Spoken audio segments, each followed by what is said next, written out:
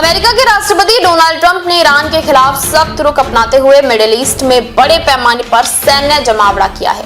अरब सागर में सैन्य तैनाती की वजह से तनाव बढ़ा हुआ है। ये तनाव ऐसे समय में बढ़ा है जब अमेरिका में अगले कुछ महीनों में मिड टर्म चुनाव होने हैं। ऐसे में प्रशासन के भीतर ही कई सहयोगी उन्हें आगाह कर रहे हैं कि चुनाव से पहले ईरान के बजाय अर्थव्यवस्था पर फोकस ज्यादा जरूरी है।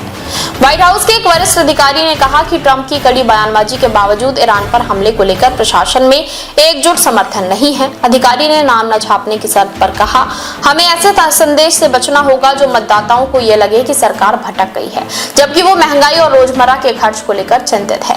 एक ब्रिटिश न्यूज एजेंसी के मुताबिक इस हफ्ते कैबिनेट सचिवों के साथ एक निजी ब्रीफिंग में रिपब्लिकन कैंपेन अधिकारियों ने साफ कहा कि चुनावी एजेंडा का प्रमुख मुद्दा अर्थव्यवस्था होना चाहिए। ट्रंप उस बैठक में मौजूद ही नहीं थे।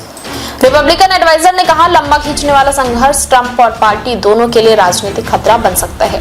ट्रंप की राजनीति विदेशी टकराव को कम करने पर आधारित है और फॉरएवर वॉर्स को खत्म करना उनका वादा रहा है। दूसरी तरफ व्हाइट हाउस के एक अन्य अधिकारी ने बचाव करते हुए कहा, राष्ट्रपति की विदेश नीति अमेरिकी लोगों के लिए जीत में बदली है। उनके हर कदम में अमेरिका फर्स्ट है, चाहे दुनिया को सुरक्षित बनाना हो या आर्थिक लाभ हासिल करना हो। राष्ट्रपति ट्रंप ने शुक्रवार को फिर चेतावनी दोहराई कि तेहरान न्याय संगत समझौता करे। उन्होंने पहले भी कहा कि ईरान परमाणु हथियार नहीं बना सकता, न ही यूरेनियम संवर्धन की क्षमता रखता है। प्रशासन का दावा है कि राष्ट्रपति कूटनीति को प्राथमिकता देते हैं, लेकिन बहुत देर होने से पहले समझौता जरूरी है। हालांकि आलोचकों का कहना है कि संभावित हमले के कारणों पर स्पष्टता कम है। मसलन ट्रंप ने अपने देश के लोगों को ईरान के साथ तनाव के बारे में कम ही जानकारी दी है। शुरुआत में ट्रंप ने जनवरी में ईरान में प्रदर्शनों पर सरकारी कार्रवाई के जवाब में हमले की धमकी दी थी, लेकिन फिर पीछे हट गए। हाल ही में उन्होंने ईरान पर परमाणु कार्यक्रम खत्म करने और यहाँ तक कि सत्ता परिवर्तन की बात भी की, लेकिन ये नहीं बताया कि सिर्फ हवाई हमलों पर यह कैसे संभव होगा।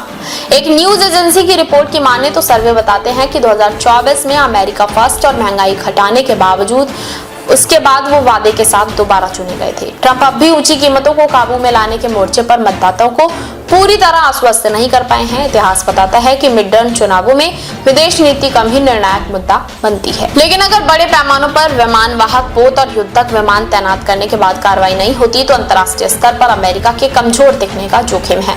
नवंबर का चुनाव तय करेगा कि रिपब्लिकन पार्टी कांग्रेस के दोनों सदनों पर नियंत्रण बनाए रखती है या नहीं।